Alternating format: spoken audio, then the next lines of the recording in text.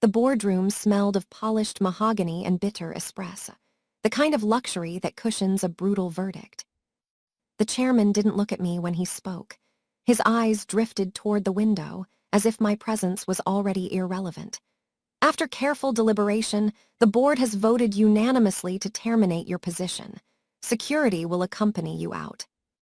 Across the table, two colleagues exchanged glances. One of them failed to hide a smile. They were already rearranging furniture in their minds. I rose from my chair, smoothed my skirt, and closed my leather portfolio with a soft click. No trembling hands, no parting shots, just the kind of stillness that unsettles people more than shouting ever could. What they didn't know, what they'd never bothered to read, was the clause I'd embedded 5 years earlier during the merger. They'd scanned the document like a formality. I'd studied it like a lifeline. I walked the length of the glass corridor, my reflection tracking alongside me. The elevator doors opened onto the city skyline, cold, glittering, indifferent. I caught my own eyes in the mirrored wall and felt the corner of my mouth twitch upward. Monday was going to be interesting. Back at my desk, I packed with the efficiency of someone who'd rehearsed this moment. A framed photo of my grandmother. The silver pen my mentor gave me after closing my first $1 million deal.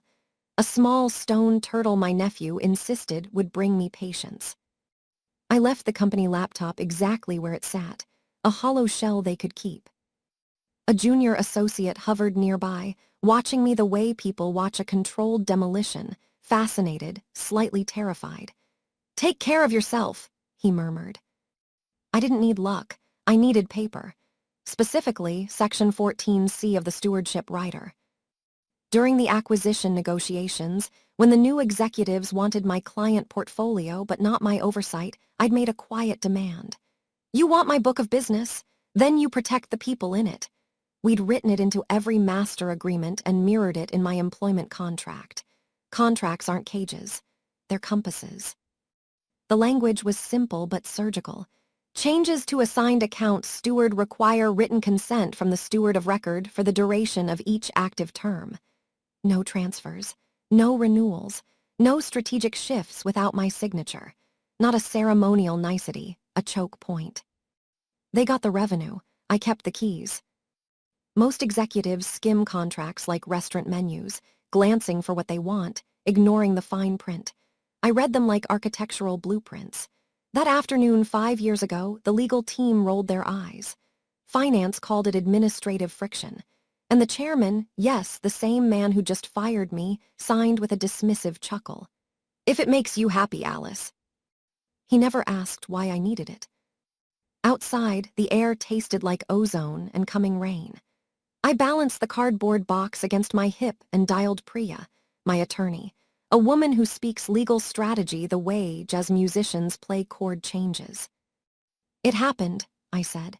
"Board vote, security escort the full theater." She didn't waste breath on false sympathy. "You have the executed copies, the MSA schedules in your safe and on a drive." A pause. "Then don't react, don't waive documents yet. Let them move first. Document everything. We'll be gracious until it's time not to be."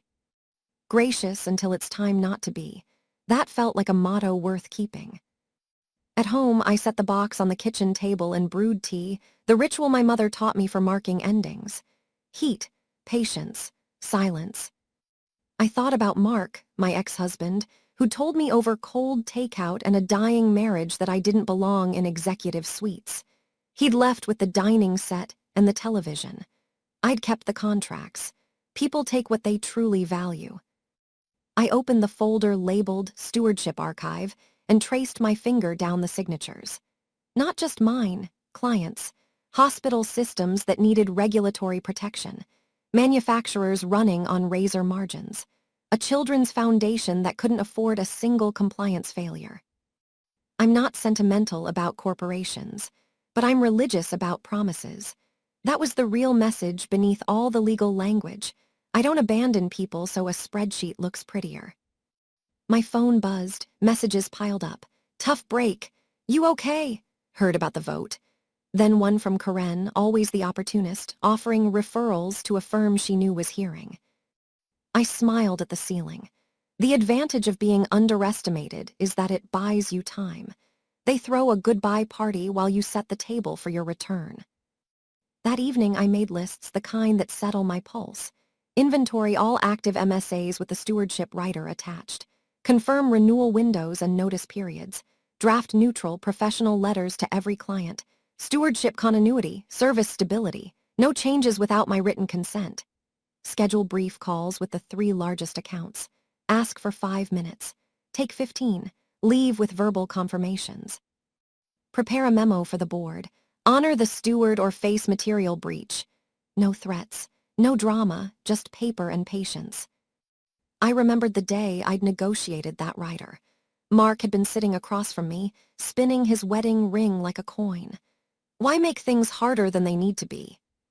Because one day, I knew, someone would try to make me disposable. Not the work, the people who did the work.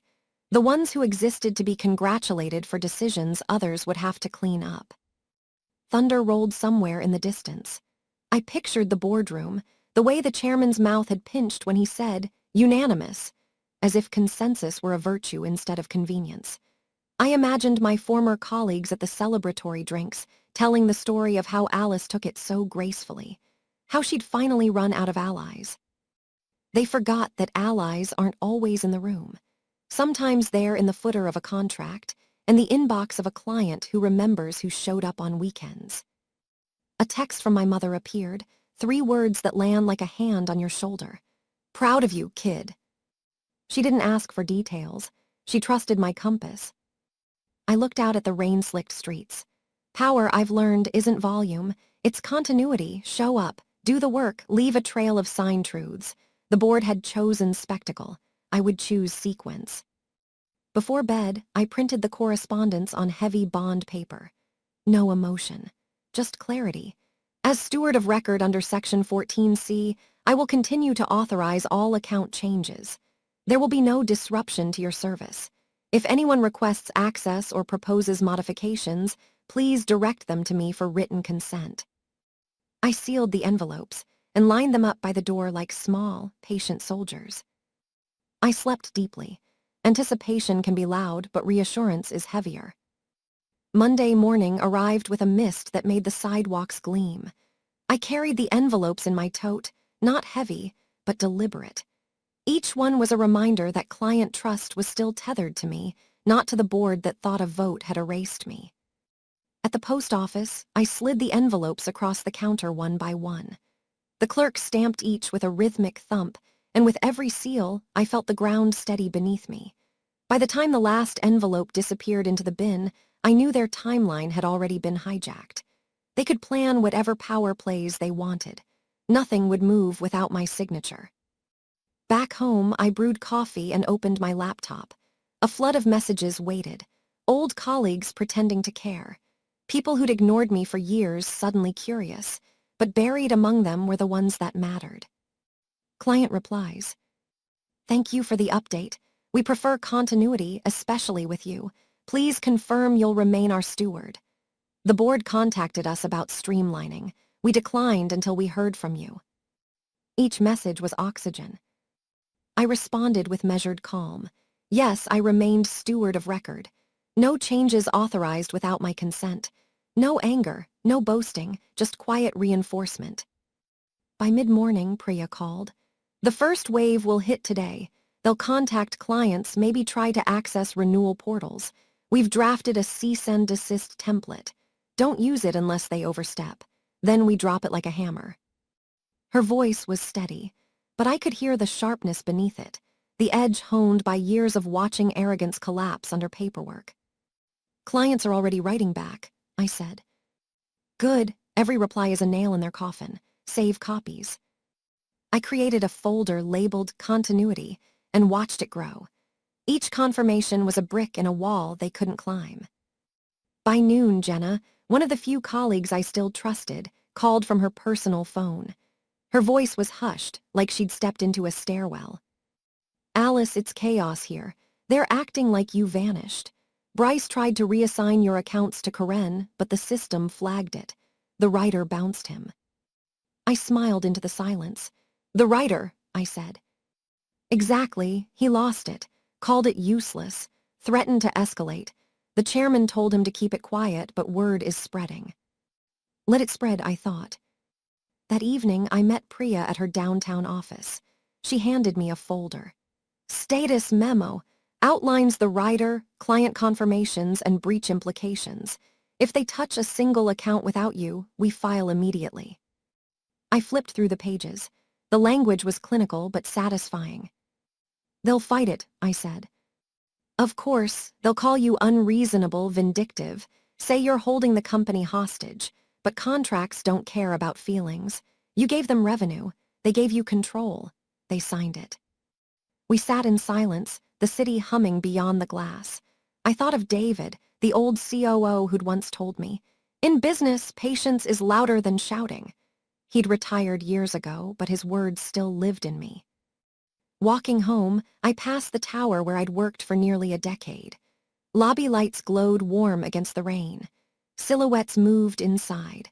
I remembered the countless late nights, fixing problems others had caused, polishing reports that would be presented under someone else's name. They'd fired me to erase me. Instead, they'd put me exactly where I needed to be, outside their walls but still inside their system. My phone buzzed. A message from Jenna. "They just told staff you were redundant. People are laughing in the break room. They think you'll be gone for good."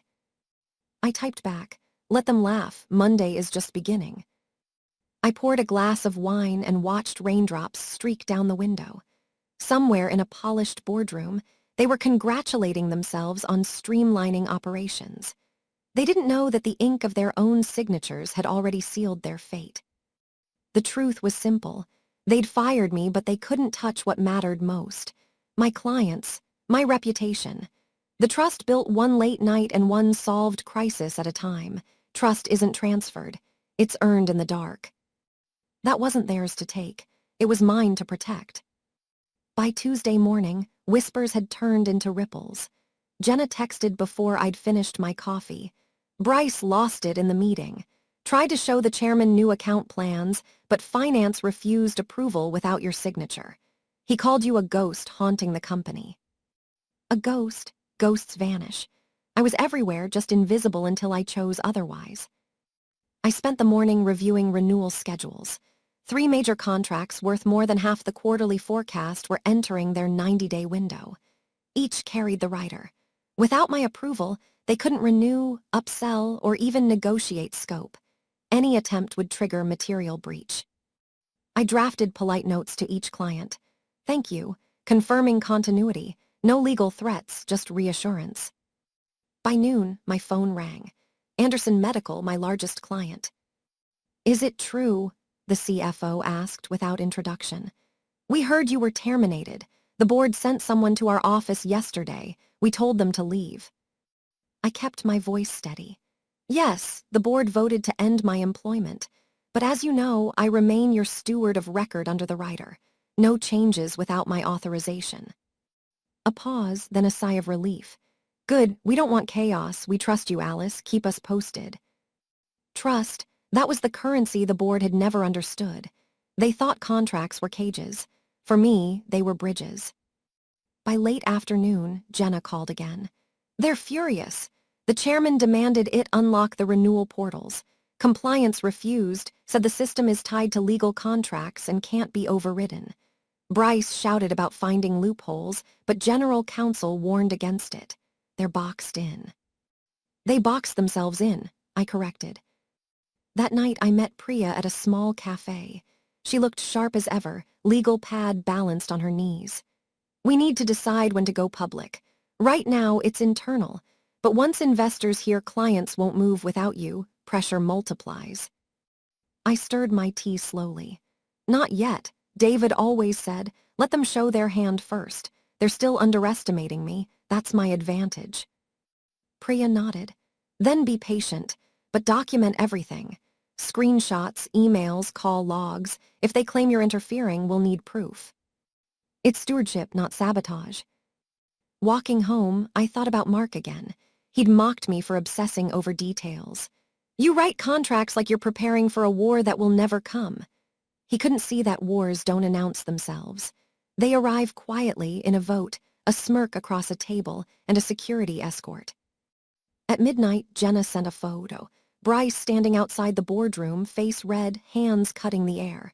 The caption read, "He's unraveling." I stared at the photo, then at the folder on my desk. Patience, let them twist. Wednesday morning, I visited the small office I'd rented downtown. One desk, a filing cabinet, a whiteboard, no prestige but privacy. I pinned the renewal schedule to the board and circled the 3 major contracts. 90 days. That was my runway. If they didn't reconcile before then, they'd face a revenue collapse they couldn't explain away.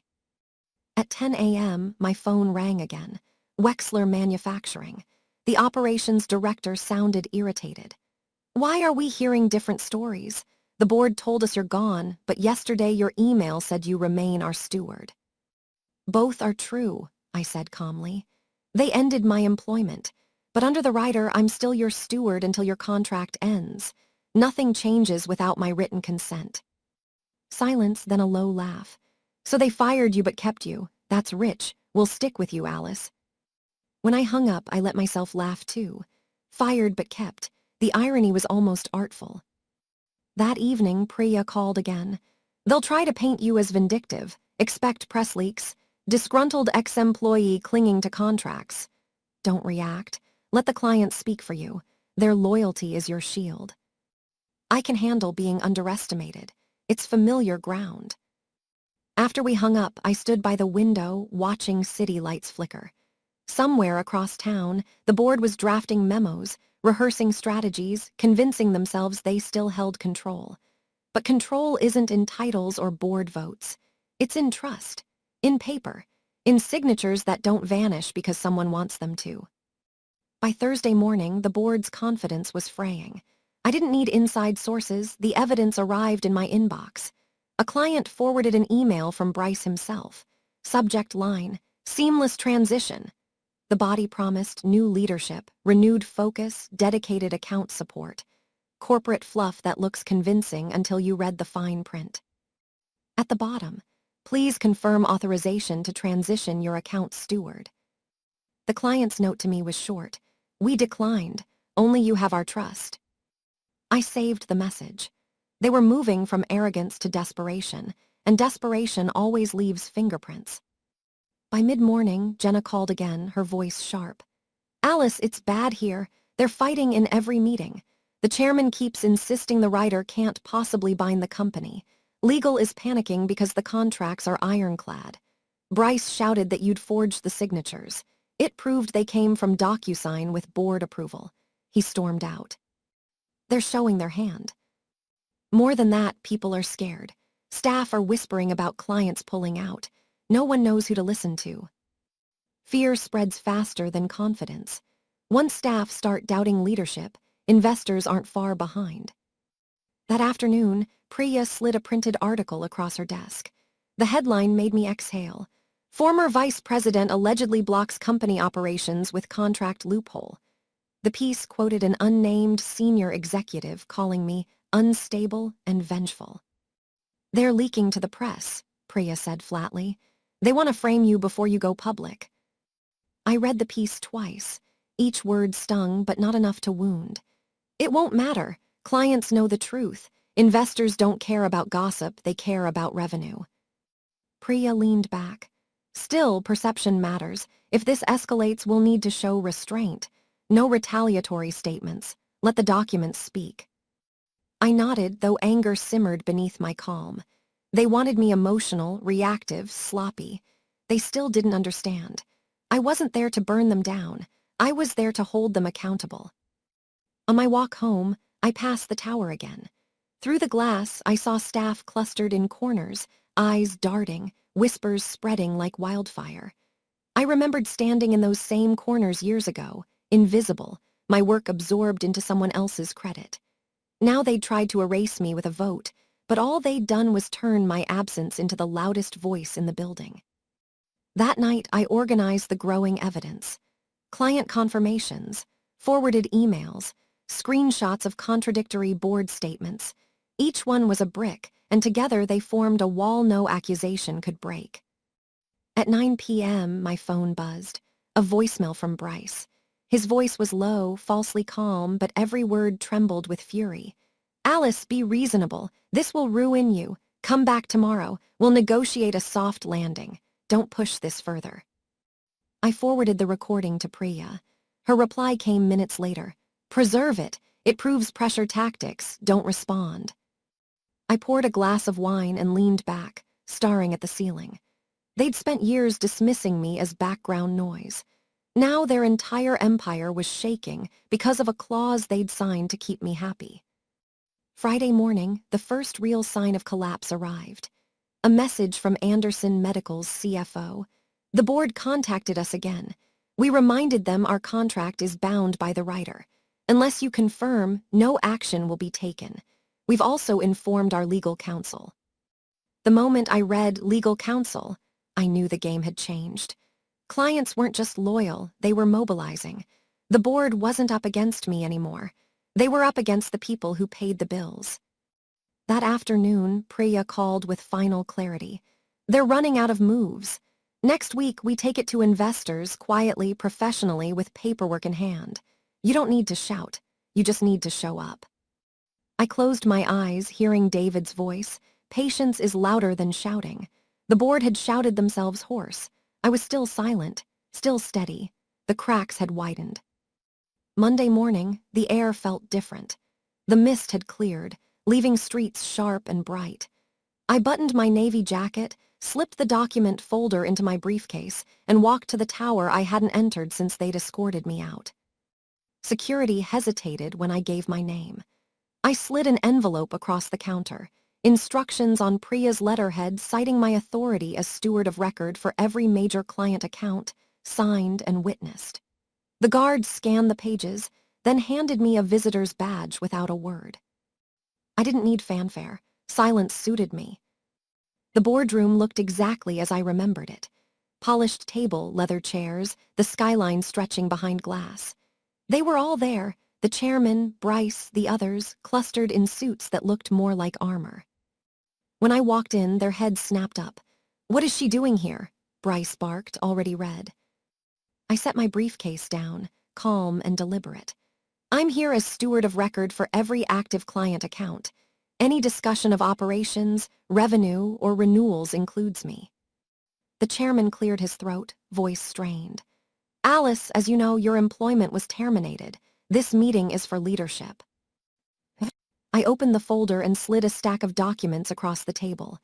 Client letters, confirmations, each one signed, dated, and bound by the writer.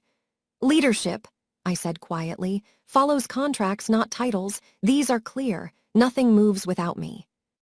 They leaned in, scanning signatures. I watched the progression, confusion, disbelief, then pale realization. "This is obstruction," Bryce snapped.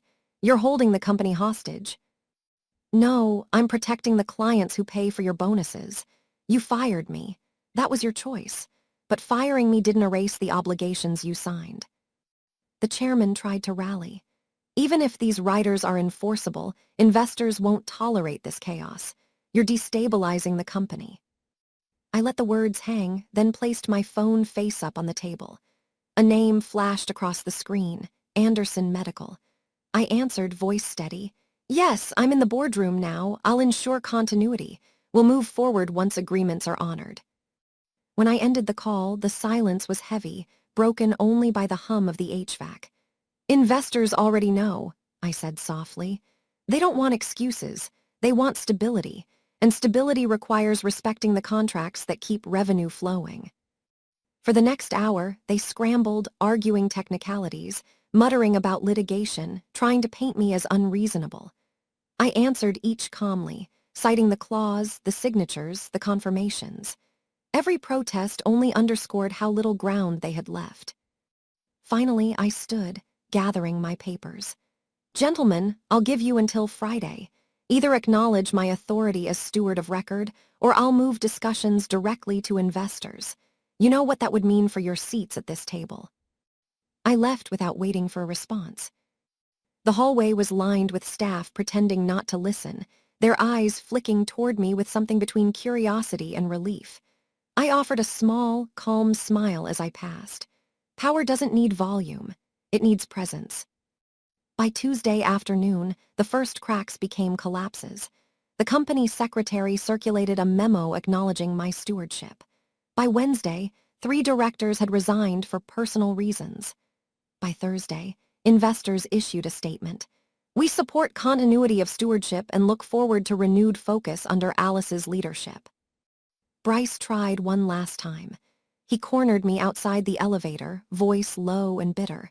You think this is a victory? You'll drown in responsibility. You don't know what it's like to carry it. I met his glare without flinching. You're right, responsibility is heavy. That's why you kept dropping it. I won't. On Friday morning, I walked into the boardroom again. This time, silence, no protests, no smirks. I took the head seat, opened my notebook, and began. This company belongs to its clients, its employees, and its shareholders, not to egos. That ends today. I outlined the plan. Freeze non-essential spending, audit renewals, shift bonuses to gross margin, establish an independent audit chair. No grand speeches, just actions. They listened because they had no choice. That evening, back in my small downtown office, I poured a glass of wine and looked at the stack of contracts on my desk. They weren't weapons. They were promises. Promises to clients who trusted me, to staff who deserved better, to myself that I would never again let others decide my worth. Revenge had never been the goal. The goal was respect, accountability, justice. And justice, I realized, doesn't always roar. Sometimes it arrives quietly, steady, unshaken, written in ink years before anyone knew it would matter. The board had underestimated me. They thought I was finished. They fired me to erase me. Instead, they handed me control. And this time, it would be on my terms. If you believe contracts matter more than egos, hit like for winds of thought.